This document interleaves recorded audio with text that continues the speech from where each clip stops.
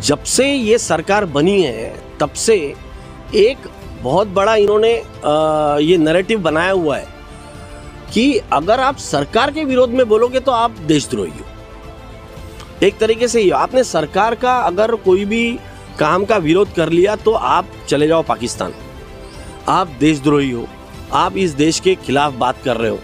तो सरकार विरोध ये कभी भी देश विरोध नहीं होता। देश भर के तकरीबन 35 से भी ज़्यादा यूट्यूब चैनल्स और कुछ वेबसाइट्स को बंद कर दिया गया है क्योंकि ये देश विरोधी चैनल्स थे, देश विरोधी वेबसाइट्स थी। बिल्कुल गवर्नमेंट का ये सही डिसीज़न है, लेकिन काफ़ी ऐसे लोग हैं, काफ़ी ऐसे यूट्यूबर्स हैं, वेबसाइट्स जो चलाते हैं वो लोग हैं जिनके दिलों में खौफ पैदा हो गया है, जो देश विरोधी नहीं बल्कि सरकार का विरोध करते हैं। हमेशा आप पब्लिक जनता के हक़ की बात करते हैं, उसके लिए सरकार का विरोध करते हैं। तो इस वक्त हमारे साथ नागपुर की जानी मानी शख्सियत एडवोकेट अक्षय समर्थ हमारे साथ है। तो सर, जो वेबसाइट्स देश का विरोध करती है, जो चैनल, जो यूट्यूब चैनल्स ऐसे बने थे जिन्हें पाकिस्तान का सपोर्ट होता था, उन्हें बंद कर दिया गया, लेकिन काफ़ी ऐसे इंडियंस हैं जो देश का तो नहीं लेकिन सरकार का विरोध ज़रूर करते हैं। तो उनके दिलों में खौफ पैदा हो गया है। उन्हें लगता है कि अगर हम सरकार का विरोध करेंगे तो हो सकता है हमारे चैनल्स भी बंद हो जाए। तो क्या कहना चाहेंगे आप, देश विरोधी और सरकार विरोधी में क्या फ़र्क है? देखिए, आपको ये समझना पड़ेगा कि ये जो सरकार आई 2014 में, नरेंद्र मोदी वाली जो सरकार है केंद्र में, ये सरकार किस तरीके से आई? ये सरकार एक तरीके से जो सोशल मीडिया है उस पे जो क्रांति आई उसका सहारा लेके ये सरकार आई। तो सोशल मीडिया में जो बहुत सारी बातें, जो सरकार विरोधी बातें, ऐसी बातें जो झूठी थी, उनको इस तरीके से फैलाया गया और लोगों के अंदर एक नैरेटिव बिल्ड किया गया, एक एजेंडा अपना चला के लोगों को भ्रमित करके ये सरकार सत्ता में आई है। आज वही जो सोशल मीडिया है वो इस सरकार का दुश्मन बन गया है, क्योंकि अब क्या हो रहा है कि जो बातें लोगों के साथ में घटित हो रही है और जो मीडिया चैनल्स द्वारा बताई नहीं जा रही है, छुपाई जा रही है, जो आज देश का इकोनॉमी बर्बाद हो गया है, आम जनता त्राही त्राही हो गई है, उनको तकलीफ़ हो रही है बहुत। देश का जो किसान था उनके साथ में किस तरीके से अत्याचार हुआ आप देखते हैं। जिस तरीके से अभी छात्रों के ऊपर अत्याचार हो रहा है ये आप देख रहे हैं। तो ये जो जितना भी तकलीफ़ देश की आम जनता को हो रही है, ये कोई मेन मीडिया चैनल नहीं दिखा रहे। मीडिया जो है ये पूरी तरह से बायस्ड हो गया है, क्योंकि ये जो मीडिया के जो ओनर्स है, ये ओनर्स पूरे के पूरे केंद्र सरकार की मुट्ठी में। रिलायंस हो गया और जी हो गया, ये आप ग्रुप्स जो है ये आप देख लीजिए, ये पूरी तरह से सरकार की मुट्ठी में है। और ये जो नैरेटिव चला रहे हैं मीडिया के माध्यम से, ये पूरी तरह से pro central government, pro Modi, pro Yogi Modi ऐसा ये नैरेटिव चला रहे हैं। तो अब बन गया है इनके लिए सरदर्द। जो ये पाकिस्तान स्पॉन्सर्ड जो ये चैनल्स बंद हुए हैं उनका मैं सपोर्ट करता हूँ, क्योंकि ऐसे जो लोग हैं जो देश के खिलाफ काम कर रहे हैं उनको ज़रूर से बंद होना चाहिए। परंतु जब से ये सरकार बनी है तब से एक बहुत बड़ा इन्होंने ये नैरेटिव बनाया हुआ है कि अगर आप सरकार के विरोध में बोलोगे तो आप देशद्रोही हो।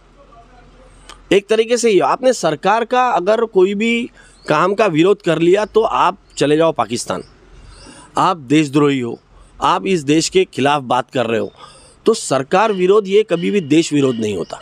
देश का कानून क्या कहता है अगर से हम मोदी जी का विरोध करें? अगर देश का कानून ये कहता है कि अगर आप सरकार का विरोध कर रहे हो तो आप देश का विरोध कर रहे हो, इस तरीके ऐसी बात नहीं है। हमको एक फ्रीडम ऑफ स्पीच दिया हुआ है। जब तक हम उस फ्रीडम ऑफ स्पीच को इल्लीगल तरीके से यूज़ नहीं करते तब तक वो बिल्कुल जायज़ है। जब तक हम सरकार का विरोध करना ये हमारा मूलभूत अधिकार है। ये हमारा फंडामेंटल राइट है, हमारा प्रोटेस्ट करना हमारा राइट है, ये हम पीसफुल प्रोटेस्ट कर सकते हैं। तो आज के तारीख में ऐसा हो गया है कि अगर आप सरकार की कोई भी नीति का विरोध कर ले तो उसको आपको एंटी नेशनल ये घोषित कर दिया जाता है। जो भी एक्टिविस्ट जो थे, जो आज सरकार के विरोध कर रहे थे, गलत नीतियों का विरोध कर रहे थे, उनके ऊपर यूएपीए लगा के उनको कई दिनों से अंदर कर दिया, जेल में बंद है। तो ये जो चल रहा है ये बिल्कुल भी मंजूर नहीं है और एक तरीके से लोगों के अंदर एक भय का वातावरण निर्माण किया जा रहा है कि आपने अगर सरकार के विरोध में कोई भी पोस्ट कर दिया तो कल जाके आपके ऊपर कार्रवाई होगी, कानूनी कार्रवाई। जिस वजह से ये सरकार बनी, जिस सोशल मीडिया की क्रांति की वजह से ये सरकार बनी, उसी क्रांति को अब दबाने की कोशिश की जा रही है। आम आदमी के अंदर एक तरीके से एक भय का वातावरण बनाया जा रहा है कि अगर आपने इस सरकार के विरोध में या नरेंद्र मोदी के विरोध में अगर आपने कुछ लिख दिया या बोल दिया तो आपके ऊपर कानूनी कार्रवाई होगी। और डर का वातावरण ये बनाया जा रहा है कि भाई कानूनी कार्रवाई होने के बाद में आपको जेल में डाल दिया जाएगा, आपके लिए कोई आएगा नहीं और आप जेल में सड़ते रहोगे। एक तरीके से धमकाया जा रहा है आम जनता को कि देखो कुछ भी करना नहीं, हमारे विरोध में कुछ भी नहीं बोलना, योगी मोदी के विरोध में कुछ नहीं बोलना, गुजरात के मॉडल के विरोध में कुछ नहीं बोलना। तो ये जो एक नैरेटिव बनाया जा रहा है ये सरासर गैर कानूनी है। सुप्रीम कोर्ट ने बहुत क्लियरली इसके ऊपर स्टैंड लिया हुआ है कि गवर्नमेंट का विरोध ये देश का विरोध नहीं है। गवर्नमेंट की गलत नीतियाँ, अगर सरकार की गलत नीतियाँ है उसका विरोध करना ये हर आदमी का हक है, हर आदमी ने वो करना चाहिए। तो जितने भी जो यूट्यूब चैनल्स चल रहे हैं गवर्नमेंट का विरोध कर रहे हैं, क्या उन्हें डरने की ज़रूरत है? क्या कहना चाहेंगे आप? बिल्कुल भी नहीं डरना चाहिए। अगर ये एक तरीके से जो हमारी मेन स्ट्रीम मीडिया है वो पूरी तरह से पूरे एंकर्स बिकाऊ हो गए, बिक गए। तो पूरा जो रिस्पॉन्सिबिलिटी है इस देश को बचाने की वो आपके जैसे और भी जो चैनल्स चलते हैं, ये जो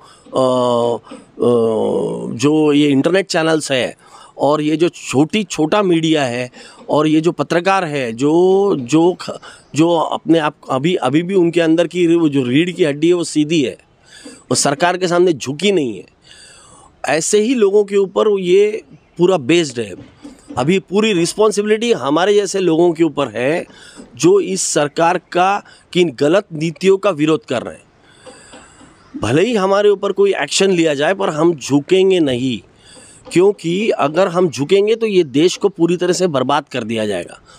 7 साल में इन्होंने जो बर्बादी लाई है, जिस तरीके से देश के जो इतने 70 सालों में बनाए गए जो संसाधन थे वो जिस तरीके से ये महाशय जो है केंद्र सरकार में आने के बाद में बेच रहा है, बनाया कुछ भी नहीं पर बेचने की जिस तरीके से होड़ में लगा हुआ है और जिस तरीके से अपने पूंजीपति दोस्तों को ये फ़ायदा पहुंचा रहा है, आम आदमी को जिस तरीके से नुकसान पहुंचा रहा है, उसकी कहीं तो हमारे ऊपर रिस्पॉन्सिबिलिटी है as a citizen of India.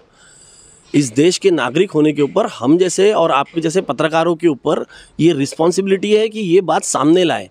अगर हम नहीं लाएंगे तो देश की मेन मीडिया तो बिकी चुकी है।